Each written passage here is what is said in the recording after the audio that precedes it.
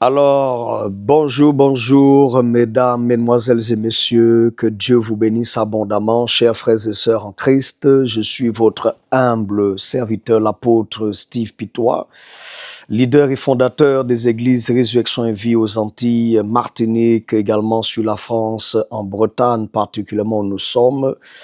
Et la raison pour laquelle je fais cette vidéo concerne les manifestations en ce moment contre la vie chère, particulièrement en Martinique, même en Guadeloupe, en tout cas aux Antilles. Et je suis là pour me prononcer. Je suis là pour me prononcer. Vous savez, il y a un temps pour se taire. Il y a aussi, la Bible dit, un temps pour parler. Je ne parle jamais pour parler parce que les autres parlent. Ce n'est pas parce que les autres parlent que je vais forcément parler. Je parle quand Dieu me dit de parler, quand c'est le moment de parler. Et l'Esprit de Dieu me pousse aujourd'hui à m'exprimer. J'ai observé, j'ai entendu, j'ai écouté, j'ai observé en tant qu'observateur, en tant que serviteur de Dieu, mais aussi en tant qu'acteur, étant l'Église, faisant partie du corps de Christ et de l'Église de Jésus. Nous sommes aussi des acteurs de la vie sociale. Nous participons à l'équilibre social, à l'équilibre de notre société en tant qu'Église. Par nos soins, des familles sont transformées, par les soins pastoraux, par les soins de l'Église. Nous voyons des jeunes aujourd'hui équilibrés qui étaient des anciens toxicomanes, des anciens drogués ou des anciens délinquants, aujourd'hui qui mènent une vie équilibrée. Donc l'Église a un rôle à jouer dans la société. Je vais y revenir. Tout d'abord, je veux déjà dire notre soutien, bien sûr, à ce mouvement, bien sûr, contre la vie chère. C'est un mouvement noble, c'est une cause noble, c'est une cause normale, sachant que les prix qui sont exercés aujourd'hui en Martinique sont excessifs, si je puis dire ainsi, puisque nous avons, ça ne date pas d'hier, donc ça ne date pas d'hier, nous avons des prix qui sont des fois triplés, quadruplés par rapport au prix de la France. Et on ne parle pas seulement de 40% d'augmentation, nous voyons déjà des produits, il y a des produits qui sont carrément à 100% d'augmentation et même des fois à 200% d'augmentation, ce qui est bien sûr invivable pour une certaine partie de la population, parce que vous avez des personnes plus démunies que d'autres et qui ne s'en sortent pas. Donc nous croyons à la justice et nous sommes contre les injustices depuis longtemps. Et nous rendons grâce à Dieu parce que, vous savez, il y a des hommes, des personnes que Dieu suscite. Ils ne sont pas forcément chrétiens, ils ne sont pas forcément croyants, mais vous avez des personnes qui sont suscités à un temps ou à une époque bien précise pour pouvoir faire des revendications et pour que les choses sur le plan social ou économique avancent. Vous avez l'exemple de Malcolm X qui n'était pas chrétien, mais vous avez des gens qui se sont battus comme les Nelson Mandela pour la cause de l'apartheid. Et avec ces actions, vous avez eu la fin de l'apartheid. Ce n'était pas forcément, pour ceux qui connaissent Nelson Mandela, Nelson Mandela n'était pas un chrétien. Donc il faut savoir aujourd'hui que toute personne aujourd'hui qui défend une cause noble, qui est aujourd'hui une cause contre la vie chère, nous soutenons en tant qu'Église bien sûr cette mobilisation. Nous prions d'ailleurs activement pour que des solutions pérennes soient trouvées au niveau de la Martinique. Et il y a une chose dont je voudrais dire, c'est que nous sommes contre bien sûr la violence, toutes les exactions, le casse. Nous avons aujourd'hui des entreprises, des Martiniquais qui sont détruites. Il y a aussi des choses que nous disons qui ne sont pas normales. Une mobilisation pareille, il ne devrait pas y avoir des gens qui se greffent et qui cherchent à détruire justement la cause noble de ce mouvement. Nous avons des casses d'entreprises, des incendies d'entreprises, des biens qui sont brûlés, des biens qui sont détruits. Et nous disons stop, nous disons non à cela, nous disons non à la destruction. Donc aujourd'hui, vous avez des emplois qui sont perdus. Vous avez 121 entreprises, si ce n'est plus aujourd'hui, qui sont menacées et qui ont mis pratiquement leurs salariés au chômage technique, plus presque 1200 à presque 1500 salariés concernés par un chômage technique. C'est beaucoup. Donc, nous disons qu'il est temps que des solutions pérennes soient trouvées. Je crois que les mobilisations sans pouvoir être dans les négociations serait un danger pour la Martinique. Je crois qu'il faudrait continuer à favoriser le dialogue, la communication, les tables rondes, comme ça a été fait plusieurs fois au niveau de la CTM. Et je ne crois pas qu'il faudrait abandonner, pardonnez-moi, les négociations. Je ne crois pas qu'il faudrait abandonner la communication, le dialogue. C'est par la voie du dialogue et par la voie de la communication que des solutions pourraient être trouvées. Et des concessions doivent être faites aussi de part et d'autre. Je crois que chacun des partis doivent au moins se comprendre et comprendre un peu le rouage de certaines choses, ce qui est possible, ce qui n'est pas possible. Donc, il faudrait s'entendre. Cette crise, à un moment donné, doit s'arrêter et des solutions doivent être trouvées. Alors maintenant, quel est le rôle aujourd'hui de l'Église par rapport à cette situation? Vous savez, j'ai entendu dernièrement des appels à la mobilisation des chrétiens. Là, je dis faisons très attention, faisons très très attention. Le combat de l'Église n'est pas charnel. Ceux qui ont initié le mouvement, ils savent ce qu'ils font. Ils savent ce qu'ils font.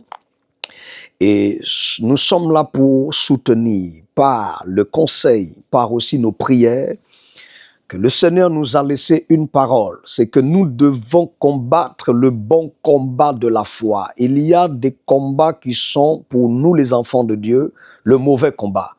Les enjeux de l'Église et encore les défis de l'Église ne concernent pas, sont plus élevés en tout cas que les enjeux de la vie chère.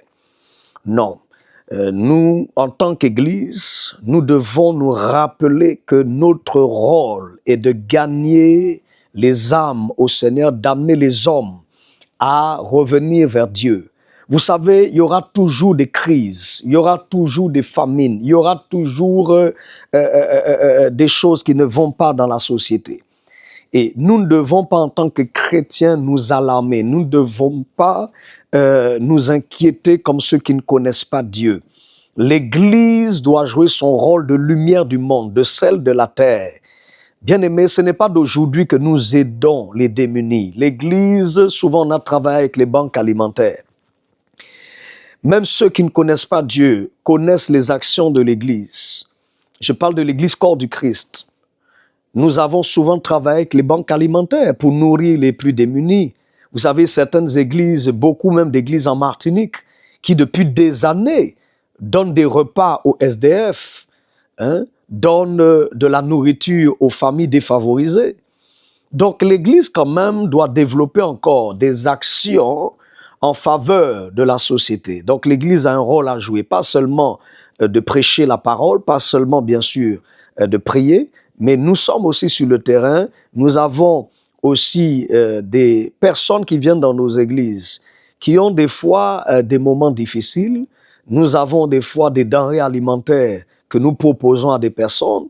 Et il y a d'autres églises qui sont sur le terrain, qui préparent des repas. Je connais beaucoup d'églises en Martinique qui préparent les repas, qui ont une structure et qui distribuent les repas dans les rues de Fort-de-France, qui distribuent les repas aux Lamentins, qui ont un fourgon rempli, bien sûr, de repas préparés pour nourrir les personnes démunies. Donc, nous disons qu'il faudrait amplifier cela en tant qu'Église, voir comment on puisse développer encore des choses en faveur des démunis, mais concernant les mobilisations ou aller manifester contre la vie chère, écoutez, peuple de Dieu, faisons très, très, très attention. La Bible nous demande, bien-aimés, d'être vigilants et de ne pas tomber dans les inquiétudes, de ne pas nous alarmer. La Bible dit dans Luc chapitre 21 au verset 6, je fais la lecture pour vous. La Bible déclare que les jours viendront où ce que vous voyez, il ne restera pas pierre sur pierre qui ne soit renversé. Ils lui demandèrent, Maître, quand donc cela arrivera-t-il et à quel signe connaîtra-t-on que ces choses vont arriver? Jésus répondit, prenez garde que vous ne soyez séduits. Prenez garde que vous ne soyez séduits. Voici mon interpellation aux chrétiens de la Martinique. Prenez garde que vous soyez séduits. La vie chère n'a pas commencé aujourd'hui. On a l'impression que les chrétiens se réveillent aujourd'hui. La vie est chère, subitement ils se réveillent. Quelqu'un qui n'est même pas forcément chrétien, il se lève pour une cause noble, il a constaté que quelque chose ne va pas, il se lève. Nous saluons d'ailleurs ce jeune qui a initié cette mobilisation, que Dieu bénisse ce jeune. Et ma prière, c'est que ce jeune appelé Rodrigue puisse vraiment connaître encore le Seigneur Jésus et que Dieu lui donne la force. D'ailleurs, nous lui apportons la force, que Dieu le soutienne dans ce combat. Et nous sommes là pour dire à ce jeune que nous sommes avec lui. Voilà, que ce soit spirituellement, nous prions pour cette mobilisation, que bien sûr les solutions soient trouvées rapidement. Donc c'est là où nous demandons au Seigneur d'intervenir dans cette crise et que cette crise prenne rapidement fin au nom de Jésus-Christ. Cependant, nous voulons dire aux chrétiens que les crises vont toujours arriver. Il y aura des choses pires que le coronavirus bientôt. Il y aura des choses pires que la vie chère. Et même si les prix baissent, peuple de Dieu, même si les prix baissent, la vie sera toujours chère pour certaines personnes. Donc il y aura certaines personnes qui trouveront quand même que la vie est trop chère. Malgré l'abaissement des prix, il y aura toujours des pauvres sur la terre. Vous ne pouvez pas empêcher la pauvreté. Il y aura toujours des riches, il y aura aussi toujours des pauvres. Alors, quelle est notre position en tant qu'Église? C'est que le pauvre sorte de la pauvreté. Jésus est venu apporter une bonne nouvelle aux pauvres. C'est que le pauvre devienne riche. Et l'Église doit amener l'homme à son Créateur. Le bon combat, c'est ça. Le mauvais combat, c'est de manifester comme, bien sûr, des personnes inquiètes qui ne connaissent pas Dieu. Et on s'inquiète comme tout le monde. Les païens ont besoin de nous en tant qu'enfants de Dieu, de voir notre calme, de voir notre vie, de voir comment avec Dieu, comment nous fonctionnons, pour qu'ils puissent avoir cette envie aussi de se tourner vers le Dieu que nous servons. Mais le fait de s'inquiéter comme les autres ne va pas pousser des gens à pouvoir se rapprocher de Dieu. Si nous faisons comme tout le monde, nous avons peur comme tout le monde, nous craignons comme tout le monde, nous plaignons comme tout le monde, quelle est la différence entre nous et quelqu'un qui ne connaîtrait pas Dieu? Nous disons aujourd'hui, bien-aimés dans le Seigneur, nous devons ne pas nous alarmer. Apportons notre soutien, apportons nos conseils, apportons notre soutien spirituel, apportons nos prières. Il est important. Vous savez, j'ai entendu des gens dire que non, il ne faut pas se cacher derrière la Bible ni derrière la prière. Écoutez-moi, c'est une grave erreur. Ceux qui le disent parlent vraiment sans savoir de quoi ils parlent. Nous croyons à la puissance de la prière. La Bible déclare que les armes avec lesquelles nous combattons ne sont pas charnelles, mais elles sont puissantes par la vertu de Dieu pour renverser des forteresses. Je crois à la puissance de la prière. Nous croyons à la puissance de la prière. Donc, minimiser la vie de prière, c'est ne pas comprendre la force que Dieu est capable de déployer dans une nation pour amener un changement dans une nation. Bien-aimé, la prière est le plus grand acte de foi qui existe. Quand vous priez, vous êtes en train de dire « Seigneur, je te fais confiance » et nous croyons que ta main n'est pas courte pour agir, ni ton oreille sourde pour nous exaucer. Nous prions activement pour la Martinique et nous avons mobilisé d'ailleurs des équipes en Martinique pour la prière. Des serviteurs de Dieu prient, des hommes de Dieu prient, des églises prient. Donc, je vois certains pasteurs qui appellent à la mobilisation des chrétiens. Bien-aimés, le temps n'est pas à la distraction. Je vois aujourd'hui des pasteurs qui ont commencé à dire que non, il faut que les chrétiens viennent se mobiliser. Aujourd'hui, il est important de faire très attention. Jésus va dire ceci. Je fais la lecture. Il dit au verset 8, Jésus répondit, prenez garde que vous ne soyez séduits, car plusieurs viendront en mon nom disant, c'est moi. Le temps approche et Jésus dit, ne les suivez pas. Jésus dit, ne les suivez pas. Beaucoup diront, c'est moi, le temps approche.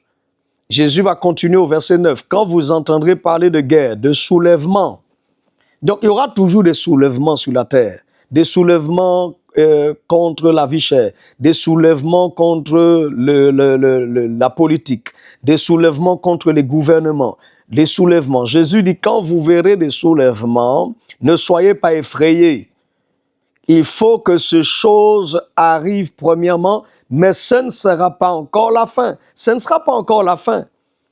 Et Jésus leur dit, une nation se lèvera contre une nation, un royaume contre un royaume. Il y aura de grands tremblements de terre et en divers lieux, des pestes et des famines. Il y aura des phénomènes terribles et des grands signes dans le ciel. Est-ce que vous comprenez? Donc, plus on avance vers les temps de la fin, plus il y aura des catastrophes, plus il y aura des choses terribles. Aujourd'hui, les gens manifestent contre la vie chère. Mais rien n'assure que les prix ne vont pas réaugmenter. Derrière cela, il y a encore d'autres crises qui vont arriver. Donc, des manifestations interminables. Le but de l'Église, c'est de ramener les hommes vers leur Créateur, leur dire que le temps est proche. Jésus est à la porte. Jésus revient bientôt. Aucun homme n'est le Messie en Martinique. Le seul Messie, c'est Jésus-Christ de Nazareth. La solution, c'est Jésus. La preuve, depuis cette mobilisation, il y a de bons côtés. Parce que si les prix baissent, tout le monde bénéficiera de ces prix qui ont baissé. Mais regardez aujourd'hui, il y a aujourd'hui au travers de ces mobilisations des barrages, des blocages, du vandalisme, des pillages. 121 entreprises martiniquaises, puisqu'on milite contre la vie chère. Mais regardez, on milite contre la vie chère, les personnes militent contre la vie chère, mais en même temps détruisent les entreprises des Antillais. Qui payera la facture? Posez-vous la question. Qui va payer la facture? 121 entreprises sont en train de mettre leurs salariés, leurs ouvriers en chômage technique. Ça concerne au moins 1500 employés qui sont en chômage technique. Ça veut dire qu'on ne leur verse pas la totalité de leur salaire. Les gens ont des factures à payer, les personnes ont leur loyer à payer, ont leurs enfants à nourrir. Certains ont des prélèvements, certains ont des charges, que ce soit des assurances, des choses. Quand on le met en chômage technique, vous pensez que certaines familles se réjouissent de cela? Vous avez aujourd'hui même des entreprises qui ont déjà mis la clé sous la porte depuis la mobilisation. Quand on bloque un pays, on peut manifester sans bloquer, on peut manifester sans forcément casser. Et j'interpelle la sagesse de tous. Revenons au calme. En tant qu'enfants de Dieu, ne mettons pas l'huile sous le feu. La Bible nous dit que nous sommes des ambassadeurs de paix. Nous voulons prier pour la paix. Le combat n'est pas contre les béquets. Le combat n'est pas le diable, ce n'est pas les béquets. Le combat n'est pas charnel. Le combat est spirituel. Comme on dit nègre contre nègre, le diable n'attend que ça, c'est que le Martiniquais combatte le Martiniquais. Certains disent que non, les béquets, c'est eux. Non, écoutez, le combat n'est pas charnel, le combat n'est pas contre la chair et le sang. La Bible dit nous avons à combattre contre les dominations, les principautés, les esprits méchants dans les lieux célestes. Et si l'homme ne comprend pas cela, l'homme va se fatiguer, l'homme va manifester, mais l'homme doit savoir revenir à celui qui a tout pouvoir. La Bible déclare qu'en Jésus, nous avons reçu le pouvoir de marcher sur toute la puissance de l'ennemi et rien ne pourra nous nuire. David pouvait dire, l'Éternel est mon berger, je ne manquerai de rien. Alors, ceux qui n'ont pas encore donné leur vie à Jésus, c'est le moment de le faire. Les temps sont proches, peuple de Dieu. Jésus est à la porte. Il y aura des crises encore pires que la vie chère. Il y aura des crises encore pires que le Covid-19. Quand l'Église sera enlevée, il y aura 7 ans de tribulation sur la terre. Personne ne pourra ni acheter ni vendre. Aujourd'hui, vous pouvez aller au centre commercial acheter. Vous pouvez vendre. Mais quand l'Église sera enlevée, Jésus reviendra enlever son Église. Quand l'Église sera enlevée, la Bible parle dans l'Apocalypse de 7 années de tribulation. Il y aura des pestes dangereuses. La Bible dit l'Antéchrist viendra. C'est une personnalité politique et en même temps religieuse. Il aura 2 faces.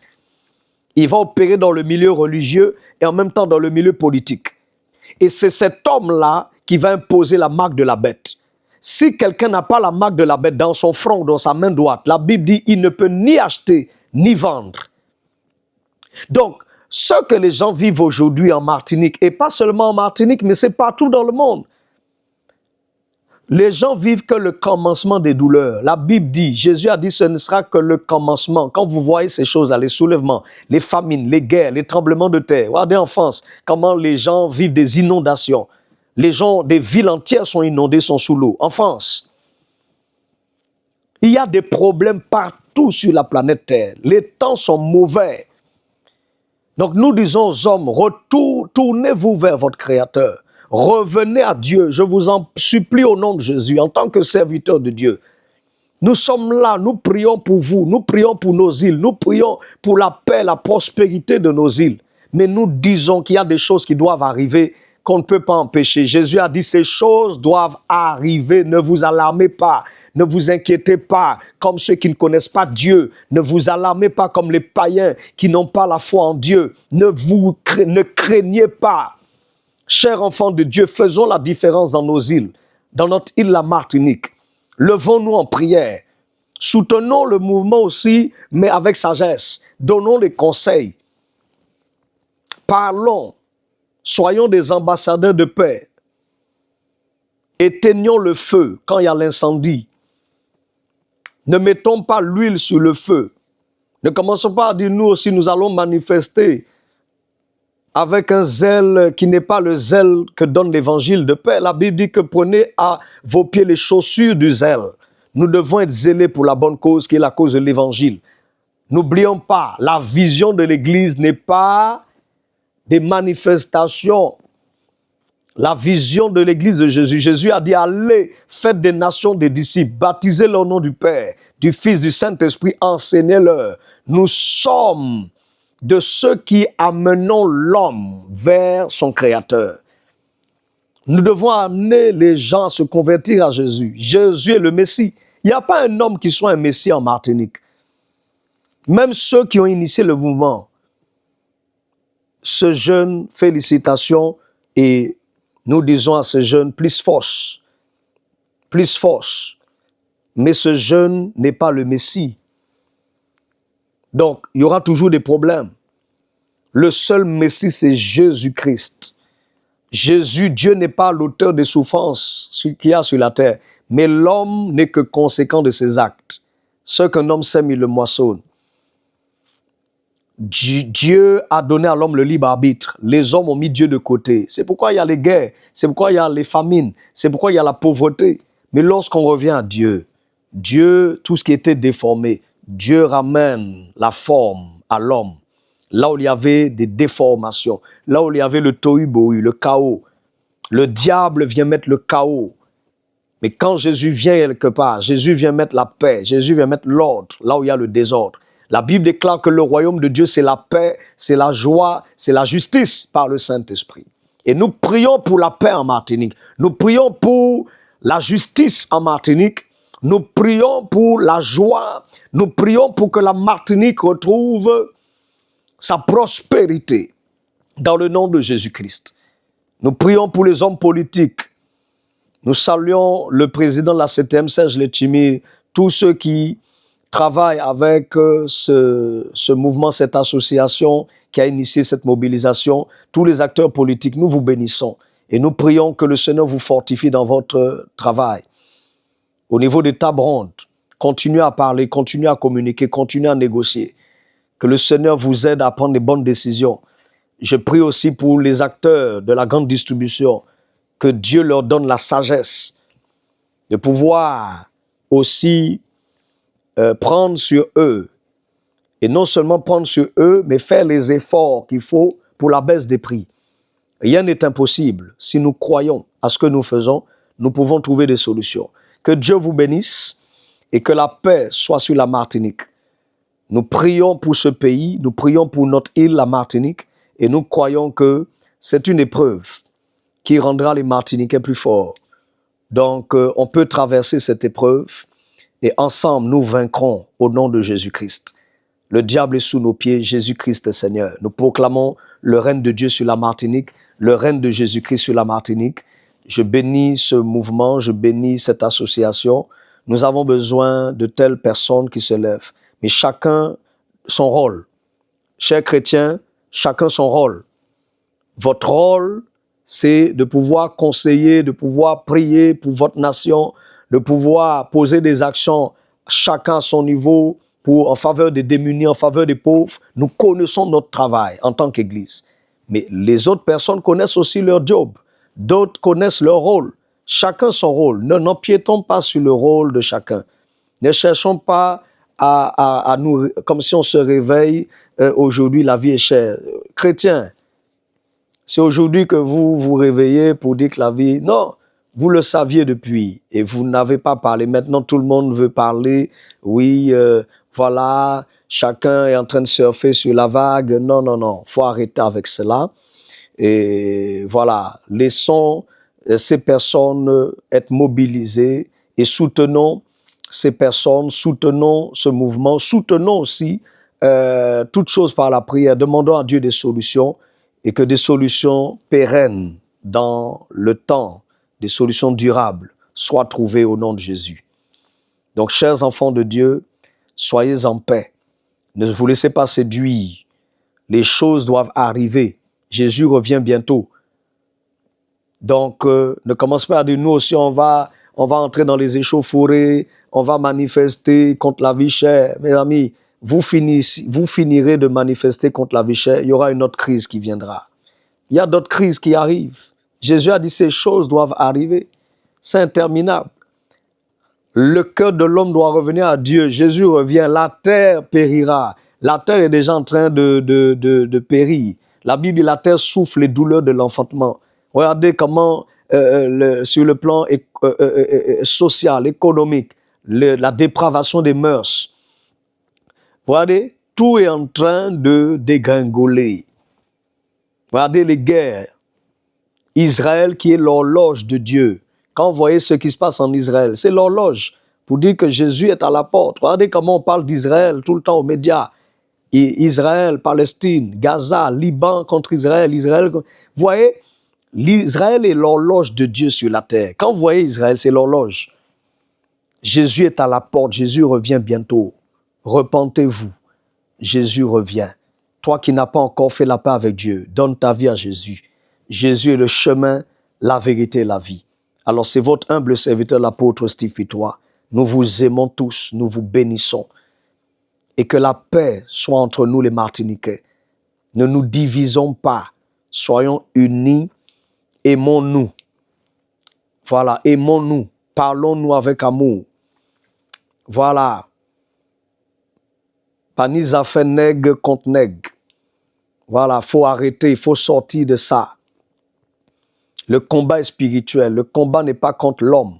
Le combat est spirituel. Nous avons un ennemi, c'est le diable qui veut détruire l'homme, qui veut détruire la paix de l'homme, qui détruit les familles entières, qui détruit des nations, qui cherche à mettre le chaos, cherche à mettre le feu, tout à feu et à sang. Ne rentrons pas dans le jeu du diable. Que la paix soit avec vous. Que Dieu vous bénisse. Alors nous voulons prier le Seigneur, élever une prière pour la Martinique. Seigneur Dieu, dans le puissant et glorieux nom de Jésus, nous venons, Seigneur, prier au Dieu pour cette manifestation contre la vie chère en Martinique. Nous prions pour que des solutions, Seigneur, soient trouvées. Nous prions pour la paix, ô Dieu, dans les îles, au nom puissant de Jésus.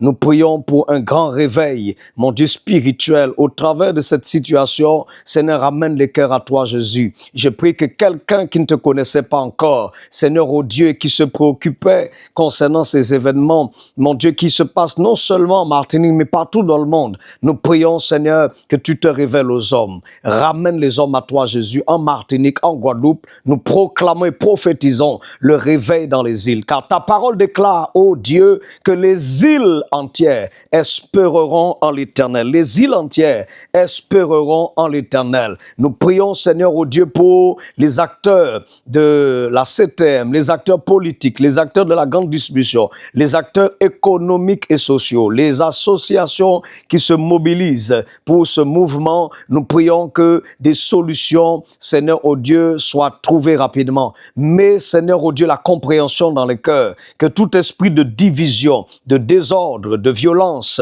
mon Dieu, soit lié et chassé loin de la Martinique au nom puissant de Jésus. Nous bénissons la Martinique, nous bénissons les Martiniquais et Martiniquaises, nous bénissons les Antilles, nous bénissons nos îles au nom puissant et glorieux nom de Jésus. Fortifie chacun, les entreprises qui ont tout perdu, les familles qui ont perdu leurs entreprises. Seigneur, soutiens ces familles, soutiens, Seigneur, tous ceux qui ont tout perdu dans ces manifestations. Seigneur, dans le nom de Jésus, ces personnes qui sont au chômage technique, soutiens-les au nom de Jésus. Soutiens les plus démunis, Seigneur, pourvois aux besoins des plus faibles, des plus démunis en Martinique, dans les îles et aussi dans le monde entier. Au nom précieux et puissant nom de Jésus, nous te remercions, Seigneur, pour la solution que tu amènes en Martinique. Nous proclamons, Jésus, ton règne sur la Martinique. Nous proclamons le rétablissement de l'ordre aux Antilles. À toi toute la gloire, au nom précieux de Jésus-Christ. Amen. Que Dieu vous comble. À très bientôt. Shalom. Et que Dieu bénisse la Martinique. Ciao.